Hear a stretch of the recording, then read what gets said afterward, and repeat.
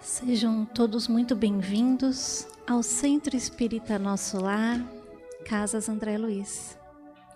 É com grande alegria que mais uma vez nos reunimos nesta casa, onde podemos conhecer um pouco mais sobre a doutrina espírita. Então sintam-se abraçados nesta casa, sejam bem-vindos, todos que estão aqui presentes, assim como aqueles que nos acompanham através das redes sociais, sejam muito bem-vindos. E para que possamos receber bem todos esses ensinamentos e o auxílio espiritual, é muito importante que estejamos em harmonia, em equilíbrio, através de uma prece. Então eu convido todos a tranquilizarem as suas mentes, a se acalmarem, e aqueles que sentirem vontade para uma melhor concentração podem fechar os seus olhos. E dessa forma, tranquilos, com os nossos pensamentos elevados a Deus, pedimos em oração. Pai amado, de bondade e justiça, estamos aqui reunidos em Teu nome para podermos aprender um pouco mais dos ensinamentos deixados pelo nosso amado Mestre Jesus. Por isso pedimos que clareie as nossas mentes, para que possamos ter um bom entendimento dessa lição abençoada. Senhor, somos gratos por todas as oportunidades que recebemos da vida, da evolução. Por isso pedimos, Pai, que nos ampare sempre em nossas dificuldades, que possamos sempre superar esses obstáculos e nos melhorarmos cada dia mais, praticando o amor, a caridade. Saberemos que estamos fazendo parte da sua seara divina. Então, que o Senhor nos ilumine e nos guie sempre. Que assim seja, graças a Deus.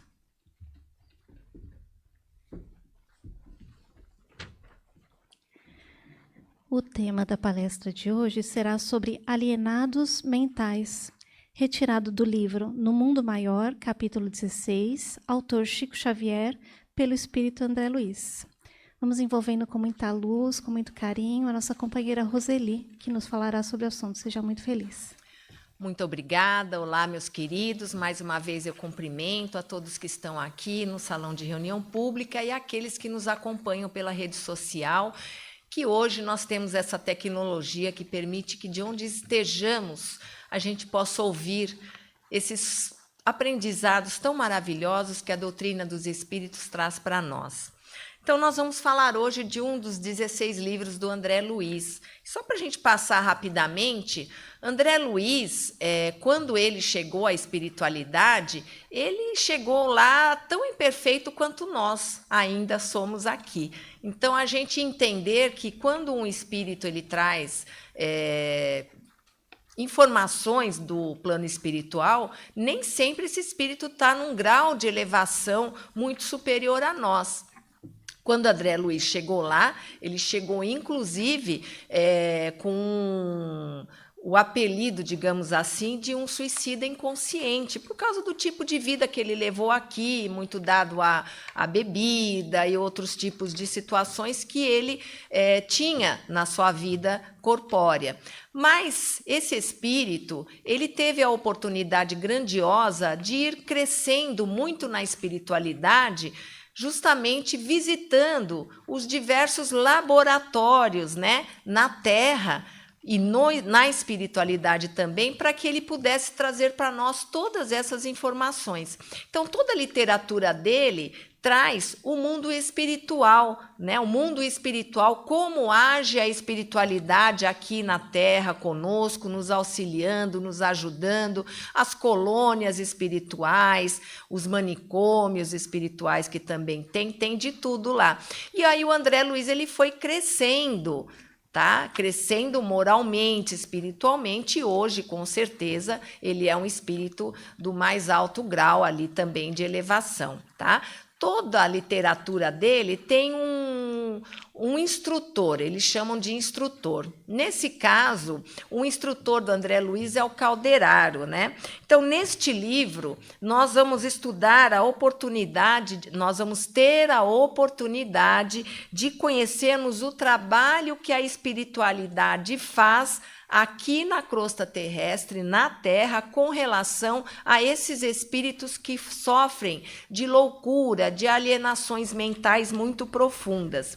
Então, em todo este livro, ele trata de questões relacionadas a isso, perturbações de ordem mental. Então, ele fala, olha, sobre a complexidade da mente humana, as nossas inclinações felizes e infelizes e causas do desequilíbrio mental. Sempre aqui falando de espírito, esse ser imortal que hoje habita esse corpo físico material que todos nós temos. Então, em psicologia, o termo alienação mental, ele designa um estado de perda de consciência, perda do contato com a realidade das situações. Então, existem graus e tipos de alienação mental que pode chegar, como nós vamos ver aqui, ao caso de uma total perda de contato com a realidade. Então, nesse estágio, a pessoa ela já não interage por si mesma, né? Ela não consegue mais viver a sua realidade, a sua vida corpórea, e ele cria uma realidade paralela, um mundo paralelo em que ele ali vive. Então, nós estudaremos neste capítulo 3 casos classificados como loucura. André Luiz e o instrutor Calderaro visitam um hospital psiquiátrico aqui na Terra que recolhe esses alienados mentais. E o Calderaro, ele logo comenta que, excetuados os casos puramente orgânicos, quer dizer, os diagnósticos puramente de ordem orgânica, quando faltam determinadas enzimas, porque as perturbações mentais também têm as questões na química do cérebro, né? Então, excetuando-se esses casos puramente orgânicos, o louco é alguém que procurou forçar a libertação do aprendizado terrestre por indisciplina ou ignorância. São pessoas que, desde os círculos terrenos, padecem, encovados em precipícios infernais, por se haverem rebelados aos desígnios divinos. Então, existem as loucuras vindas desses problemas orgânicos, né? Mas o louco, de uma forma geral, é alguém que foi indisciplinado quanto à prática das leis divinas. Porque todos nós temos as leis de Deus na nossa consciência, foram colocadas no momento da nossa criação, e à medida em que nós vamos evoluindo, essas leis elas vão aflorando, nos direcionando aos caminhos que nos levarão à proximidade maior com Deus, né? Então, esse ser que hoje é tido como louco, um alienado mental de forma profunda, ele desconhece a necessidade de que, para a nossa melhora, a gente tenha que seguir, claro, no decorrer da possibilidade, da vontade e do entendimento de cada um de nós, mas de seguir essas leis divinas. E, principalmente, ele não tem noção da importância da vida corpórea no que concerne a oportunidade de evolução moral, porque nós aqui, convivendo com outros, convivendo com aqueles que pensam diferente de nós, nós vamos conseguindo ir desenvolvendo certas virtudes importantes para o nosso desenvolvimento moral, que é a virtude da tolerância, do amor, da compreensão, da paciência. Então, a gente vai indo num grau gradativo, sim, devagar, mas todos nós podemos observar, nós estamos hoje melhores do que ontem, desenvolvendo melhores valores, né? Então, essas pessoas, elas já reencarnam, já trazem isso de vidas anteriores, se revoltam com os desígnios divinos e treinam, né? Porque há possibilidade para a gente treinar a nossa mente para todas as funções, para todos os objetivos. Então, eles treinam a própria mente para desenvolver artifícios que possam afastá-los daquilo que não lhes agrada. Por isso que eles vão vivendo cada vez mais alheios, né, à realidade da vida que eles têm. Então, conta o primeiro caso que uma senhora perambulava pelo pátio lá da instituição e estava conversando com outras senhoras também. Ela estava vestindo um uniforme daquela instituição, mas ela parecia que desfilava carregando um vestido da nobreza, né? Ela se dizia marquesa.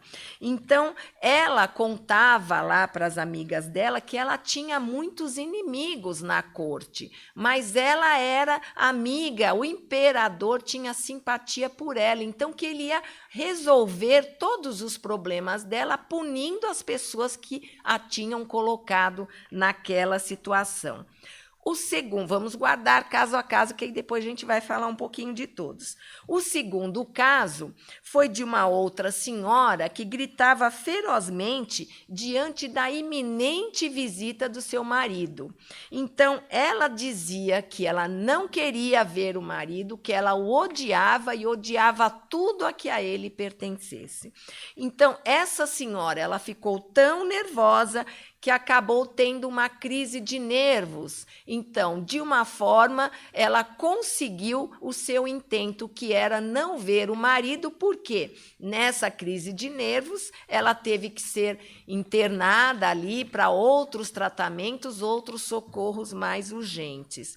Então, quanto ao caso dessa senhora, Calderaro afirma que as pessoas, e a gente pode se incluir nisso também, não nesses graus de alienação, mas dentro de uma condição que a gente pode também ter essas questões, ele afirma que as pessoas criam refúgios, pontos de fuga quando não desejam passar por determinadas situações.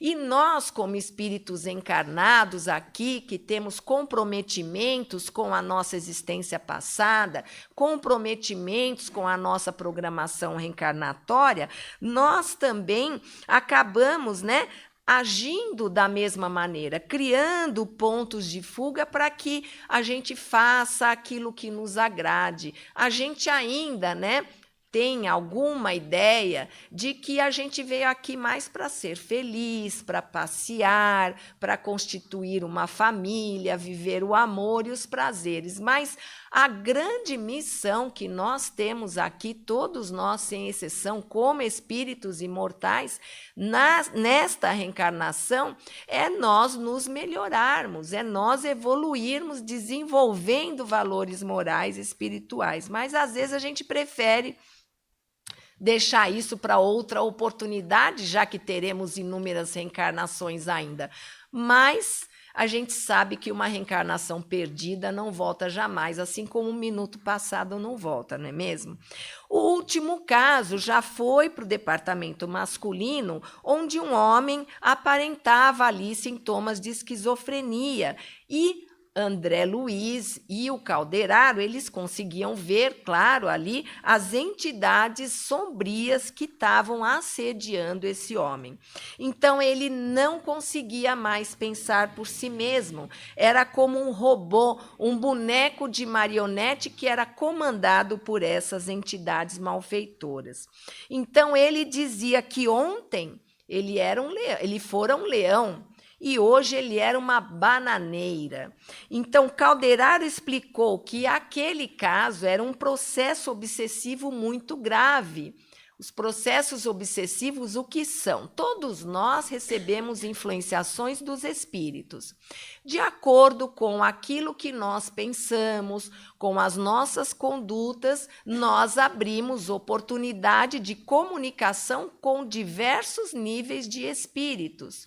O que acontece? Um processo obsessivo é quando um espírito ou mais, eles agem de uma forma persistente na mente do encarnado ou desencarnado, e eles vão ali trabalhando, colocando as suas ideias de forma, primeiro, muito sutil. Às vezes a gente pensa que a ideia é nossa.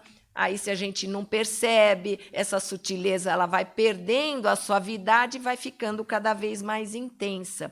Então, são processos obsessivos, aquelas ações persistentes de espíritos encarnados e desencarnados sobre espíritos encarnados e desencarnados, e todas as versões também contrárias, né?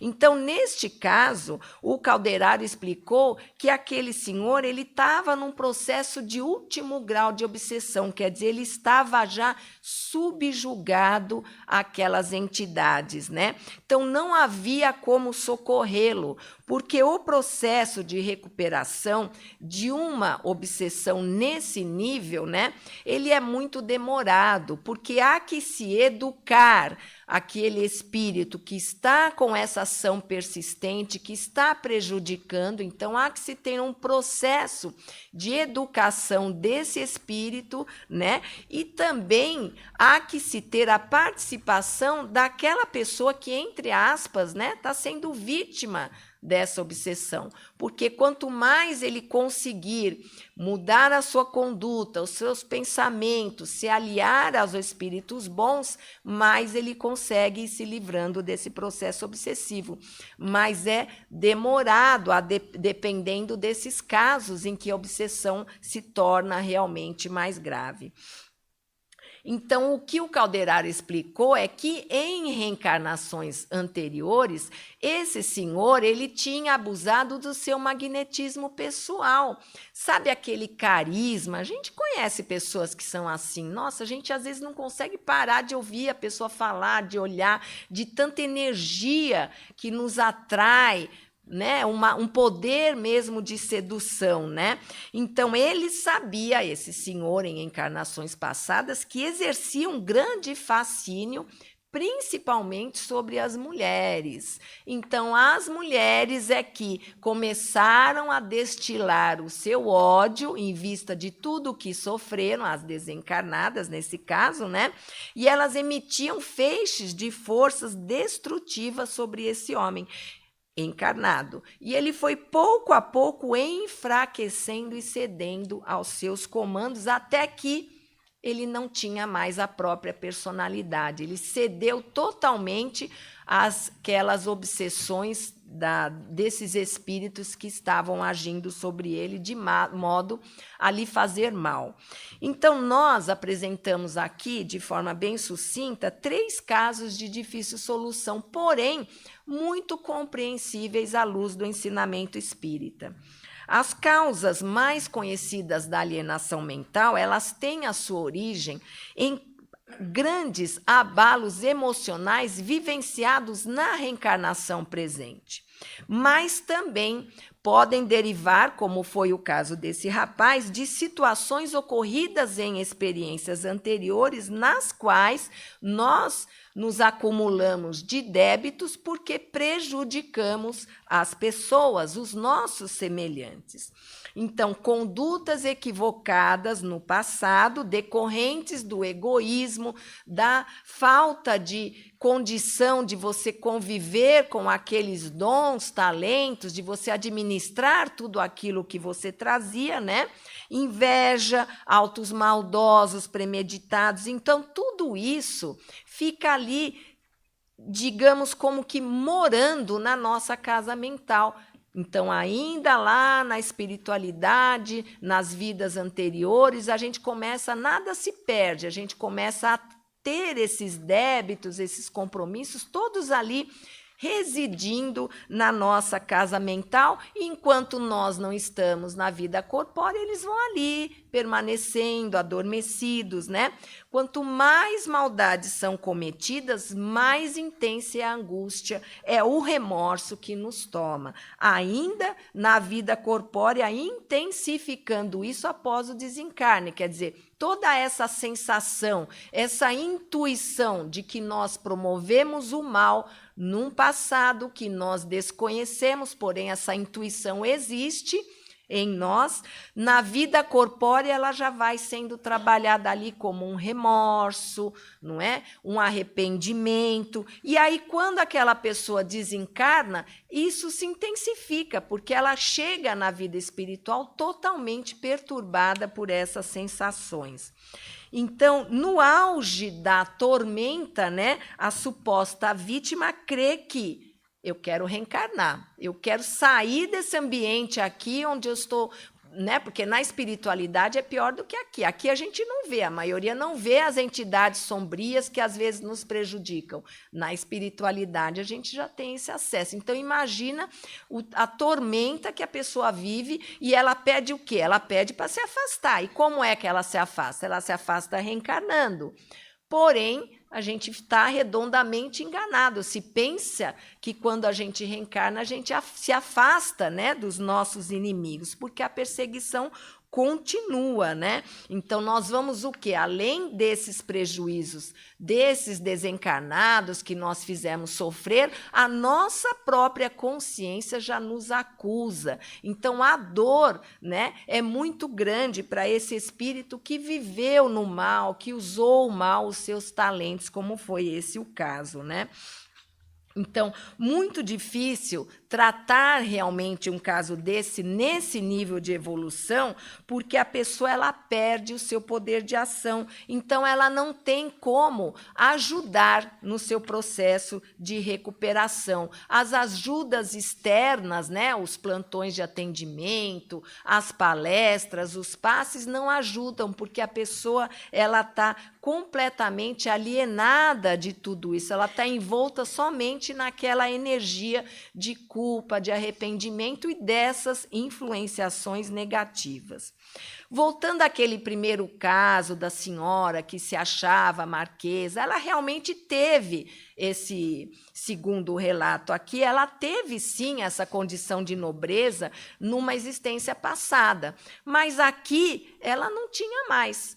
Conforme ela nasceu, crescendo, foi tendo uma lucidez, aquela falta daquele ambiente nobre, luxuoso, né, cheio de gente, sempre querendo servi-la, sempre querendo ajudá-la, mimando, ela já não tinha mais aqui. Então ela falou: não quero mais viver essa vida. Não quero mais essa realidade aqui, não. Eu sou uma marquesa. Como é que eu posso ter vindo aqui? Agora eu estou vestindo esse uniforme, eu estou sendo maltratada, ou eu não tenho luxo à minha volta, aquelas pessoas que me serviam. Onde é que está tudo isso? Não está, não quero mais. Então ela não comete diretamente um ato de suicídio, mas ela resolve que a partir dali, de um momento da vida dela, ela vai começando a se alienar desta realidade para viver aquela realidade, né? Então ela fugiu da realidade e ela fez o quê? Transformou a mente dela naquele momento passado, que era o que fazia ela feliz. E a alienação, que começa sempre progressiva, de modo sutil também, ela vai se tornando mais intensa e ela acaba permanecendo na mente da pessoa. Então, a pessoa vive o passado. Tudo que está envolto em torno dela é esse passado. As conversas, os desejos, os objetivos. Então, tudo gira em torno desse passado. Então, na necessidade dela reajustar através da reencarnação, nessa vida mais humilde, ela não quis cumprir a sua programação reencarnatória, que provavelmente essa situação mais simples, mais humilde, vinha para o seu aprendizado, mas ela chegando aqui, ela desistiu de toda essa programação e ela falou, não, eu vou viver a vida que me faz mais feliz, iludindo-se. O que acontece com isso, né? É uma escolha sem volta. Então, ela atinge esse grau de alienação profunda, ela perde a reencarnação, porque nesse caso ela perdeu, porque não tem evolução quando você só vive do seu passado, né? O passado contribui para a gente ter para a gente ter um presente bom, claro que contribui, mas viver do passado não deixa a gente evoluir aqui, porque são outras oportunidades, né? Coisas novas, mais modernidades. Então, viver do passado a gente acaba não evoluindo, né? Então, tanto o primeiro, né, quanto o último caso, que é do rapaz, se referem a situações vividas em existências passadas. E aí prova o que para nós? Que a morte não torna ninguém melhor ou pior, né? A vida corpórea, sim, ela permite o resgate dos delitos passados em forma de novos aprendizados que podem ser nossas provações, que são situações que nós viemos para aprender com elas, e as expiações, que são tipo resgates, meios um tanto quanto mais doloridos em função dos nossos débitos ocorridos em encarnações passadas. Então, o fato é que nós, estando encarnados ou desencarnados, nós vamos colher aquilo que nós plantamos. Então, às vezes, a gente usa um pouco essa fuga da realidade na nossa vida cotidiana. Às vezes a gente fala, não estou afim de fazer aquilo ali, hoje eu não quero, aí a gente vai empurrando, né? Então, quando essa fuga ela é feita de forma deliberada, ela vira um vício, porque tudo que a gente faz muito, né, a gente acaba se viciando, vira um hábito. Então, quando vira um hábito essa fuga, né, o que acontece? Pode sim ser desenvolvida um nível semelhante a esses de alienação mental, um nível mesmo de loucura, né, porque a gente acaba por trocar, né, aquilo que não nos agrada por uma outra coisa, uma outra realidade, né, que pode estar existente apenas aqui na nossa mente, como é o caso daquela senhora, da Marquesa, ou então que a gente acaba usando isso realmente como uma fuga, mas aquilo ali que a gente tem que fazer, o nosso compromisso, ele está sempre nos envolvendo, né? Então, nós nos aprisionamos nessa situação por uma falsa sensação de bem-estar, né? Então, nossa busca por aprimoramento moral e espiritual, num planeta de provas e expiações, espíritos imperfeitos que somos, inclui passar por momentos difíceis. Às vezes, nós ainda carregamos aquela ideia das doutrinas de raízes católicas de séculos atrás, né?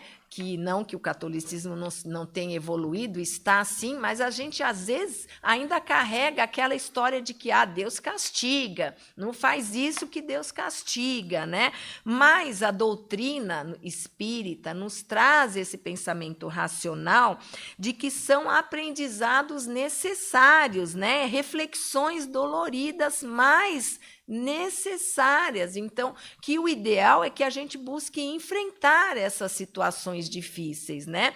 E que não é Deus que nos pune. Nós temos um carrasco, cada um de nós, que se chama consciência. Então, é esse carrasco que, quando nós nos equivocamos, e nós ainda nos equivocamos cada vez menos, a nossa caminhada leva a isso, mas quando nos equivocamos, aquela pontadinha, aquele arrependimento, aquele remorso, ele vem e é a nossa consciência que nos acusa. Então, nós estamos colhendo consequências, né? Um efeito que antes desse efeito houve uma causa. E essa causa foi promovida por nós mesmos, né? Então, nesses casos que nós estudamos aqui no livro, nós Eu acredito que não nos encaixamos em nenhum deles, né? Mas é bom a gente fazer essa observação pessoal. Será que eu estou realmente me alienando daquilo que não me agrada, daquilo que se apresenta para mim de uma forma difícil, mas que é bom para a minha evolução? Mas será que eu estou fugindo, né? Será que eu estou deixando o meio de lado, né? Será que eu não estou evitando muito realmente vivenciar esses desafios, né? Então, quantos serão os alienados mentais nos dias atuais, né? Às vezes a gente vê aí quantos estão nas ruas, cumprindo as suas tarefas, mas quantos que pouco a pouco vão exercitando esse caminho de fuga, vão exercitando esse caminho da alienação mental. Quantos não estão já há tempos internados em clínicas psiquiátricas, né? Isso já desde há muito tempo atrás, que antigamente qualquer problemática exigia uma internação, porque era tido como louco, e hoje nós entendemos que existe, na maioria dos casos, excetuando-se os orgânicos, que existe um componente espiritual envolvido nisso tudo, ou um componente espiritual da nossa própria existência, um componente espiritual de uma influência de espíritos que nós permitimos que possam ter ações persistentes sobre nós, nos causando perturbações, ou até os dois, né? Então, quando algo não nos agrada, é meio uma situação automática que a nossa mente comece a trabalhar para que nós não façamos aquilo. Por isso que o nosso olhar atento a nós mesmos, buscando nos conhecer, é importante para que a gente possa cada vez mais detectar esses gatilhos que podem fazer com que, quando a gente chegue a uma idade mais avançada, a gente esteja ali num processo de alienação que foi construído na nossa juventude. Então, quanto tempo, né, a gente pode ficar assim, esses alienados? Nesse caso, já são alienações muito profundas, que só provavelmente numa próxima reencarnação conseguirão ser resolvidas, se o espírito aceitar essa reprogramação e aceitar esses compromissos, né? Então não dá para calcular isso, pode durar um tempo curto, pode permanecer para sempre no sentido de quantas reencarnações ainda vindouras. Por quê? Até que o interessado ele tenha vontade, né, por meio ainda da misericórdia divina que não cessa sobre nós, restabelecerem-se a tranquilidade e a capacidade de renovação em processos evolutivos diversos. Então, o Espiritismo nos auxilia a vivermos com fé e otimismo cada uma das nossas vidas, entendendo que tudo que vem de Deus é para nosso aprimoramento. Deus, como nosso Pai, quer o melhor para nós. Então, hoje, nossa vida, em que nós temos provas e expiações, nos trazem um certo sofrimento, uma certa revolta, não é mesmo? Mas nós estamos rumo ao mundo melhor, ao mundo de regeneração, que vai ser perfeito, felicíssimo? Não. A diferença é que nós vamos saber trabalhar melhor essas nossas emoções, lidar melhor com esses desafios. Mundo perfeito só nos mundos felizes, quando nós, espíritos imortais, alcançarmos um grau tal de depuração que nós não tenhamos mais esses tipos de sentimentos, nós só teremos virtudes. Aí a gente vai ter um lugarzinho lá nos mundos felizes, né? Onde a gente vai estar livre de todos esses sentimentos que nos cegam ainda hoje, né? Nos impedem de continuarmos a nossa jornada com coragem, porque se todos nós, a cada despertar de manhã, nós acordarmos com fé, com coragem, sentindo esse amparo espiritual que todos nós temos, nós vamos, com certeza, um momento ou outro da nossa existência atual ou futuras, alcançar essa paz tão almejada por todos nós. Então, muito obrigado, até um próximo encontro.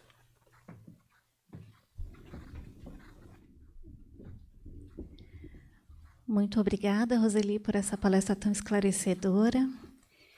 Bem, meus amigos, então agora, depois de tanto recebermos em forma de esclarecimento, de ensinamentos, é chegado o momento em que podemos retribuir e doar o que há de melhor em nossos corações através das nossas vibrações.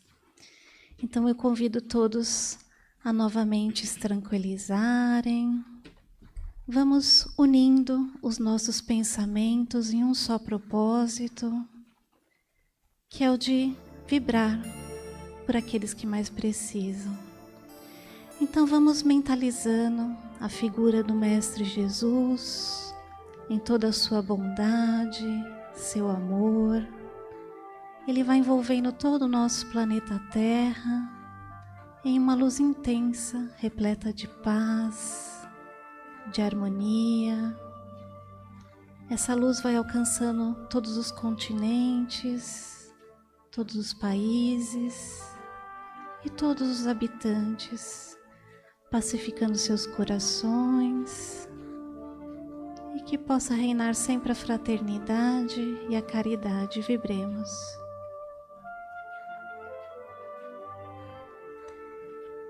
E vamos vibrando agora por aqueles nossos irmãos que se encontram doentes do corpo e da alma.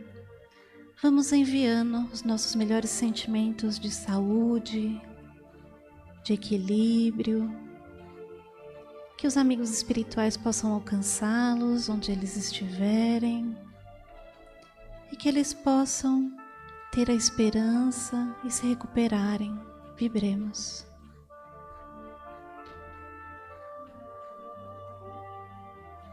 E vamos agora enviando os nossos melhores sentimentos de amor, de carinho a todos os lares, todas as famílias, que possa reinar o respeito, a compreensão, e que esses pequenos núcleos possam entrar em harmonia, assim gerando uma melhor sociedade. Vibremos.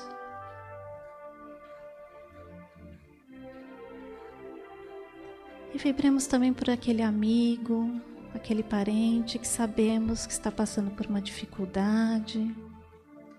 Vamos enviando sentimentos de paz, de amor, que ele possa ter a sua fé renovada e possa se recuperar. Vibremos.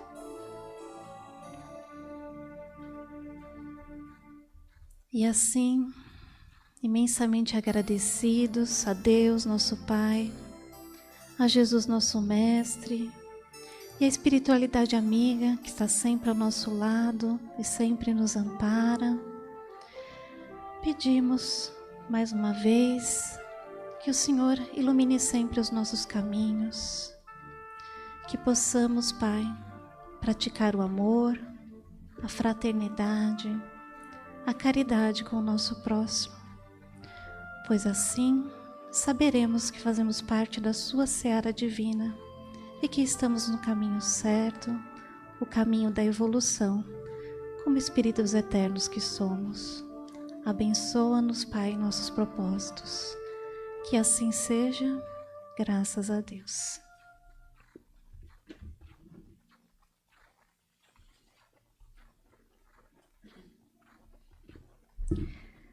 E agora é o momento do passe.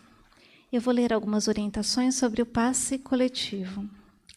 O passe coletivo é o momento em que se direcionam a emissão de fluidos para envolver a todos no mesmo clima fluídico, com o auxílio da espiritualidade, como é o nosso caso, que oferecemos o passe espiritual magnético. A espiritualidade, conhecedora de nossas necessidades, nos amparam individualmente. Por isso, tenham certeza que todos receberão o mesmo auxílio que é oferecido na Câmara de Passes e em outras modalidades de passes. Eu vou pedir para a nossa dirigente, a Silmara, que se posicione aqui na frente, por favor.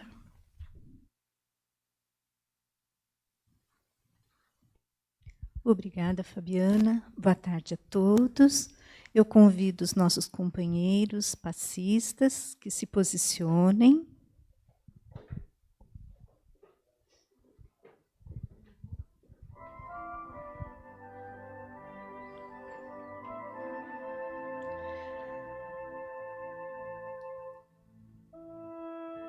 Chegou a hora, então, da aplicação do passe coletivo, primeiramente, e depois, em seguida, a aplicação do passe à distância. Vamos, então, levando o nosso pensamento, trazendo a figura meiga do nosso Mestre Jesus, e vamos mentalizando saúde, equilíbrio, harmonia, paz, que estejamos receptivos e de coração aberto aos benefícios que vamos receber através da espiritualidade e de acordo com a nossa necessidade. Vamos a Jesus?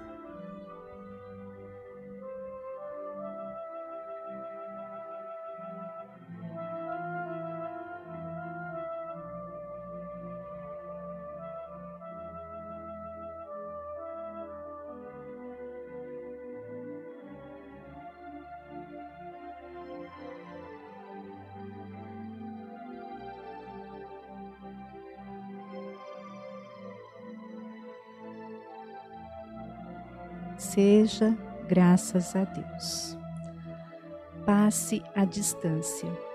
Pedimos quem tiver mais de um ente querido, que pense alternadamente para que possam receber as vibrações. Que todos estejam receptivos a estes benefícios. Vamos então mentalizando, vibrando saúde, equilíbrio, harmonia, serenidade, paz e muito amor.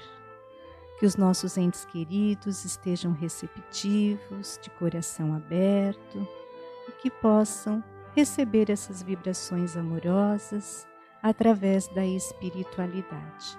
Vamos a Jesus?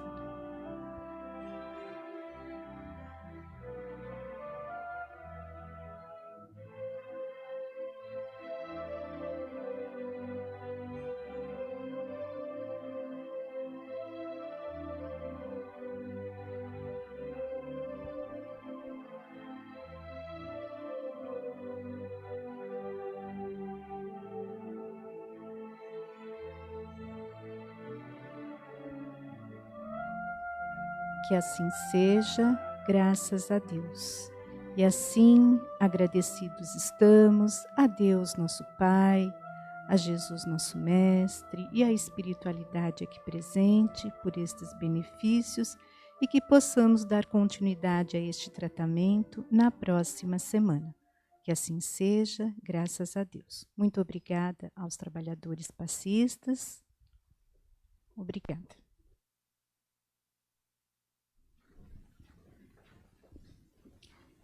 Muito obrigada, Silmar, e aos trabalhadores. Em relação ao tema da próxima semana, será sobre necessário e supérfluo, tirado do Livro dos Espíritos, questões de 715 a 727, para aqueles que gostam de estudar o tema antes. Eu tenho aqui alguns recados da casa, um convite. Quer estudar doutrina espírita este ano ou conhece alguém que queira? Estamos com inscrições abertas para o curso introdutório ao curso da doutrina espírita. O curso será realizado às terças e quarta-feiras, das 20 às 21h30, início dia 1º e 2 de agosto. As inscrições e mais informações no plantão de orientação. As aulas são presenciais aqui na Unidade Doutrinária de Santana. E o segundo é sobre a campanha. Se você já doou, nosso agradecimento sempre. E se você quer doar, ainda dá tempo de aquecer o inverno dos nossos 530 pacientes com deficiências em atendimento na unidade de longa permanência. A campanha do moletom, doação de calção ou blusão nos tamanhos G, GG e Extra G.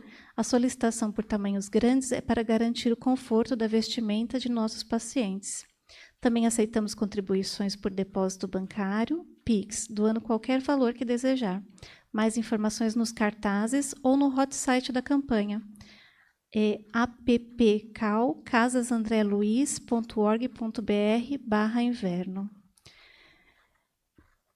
Bem, meus amigos, eu agradeço a presença de todos que estiveram aqui. Vamos todos com Deus e aguardem a orientação dos nossos trabalhadores, porque os trabalhos da casa continuam.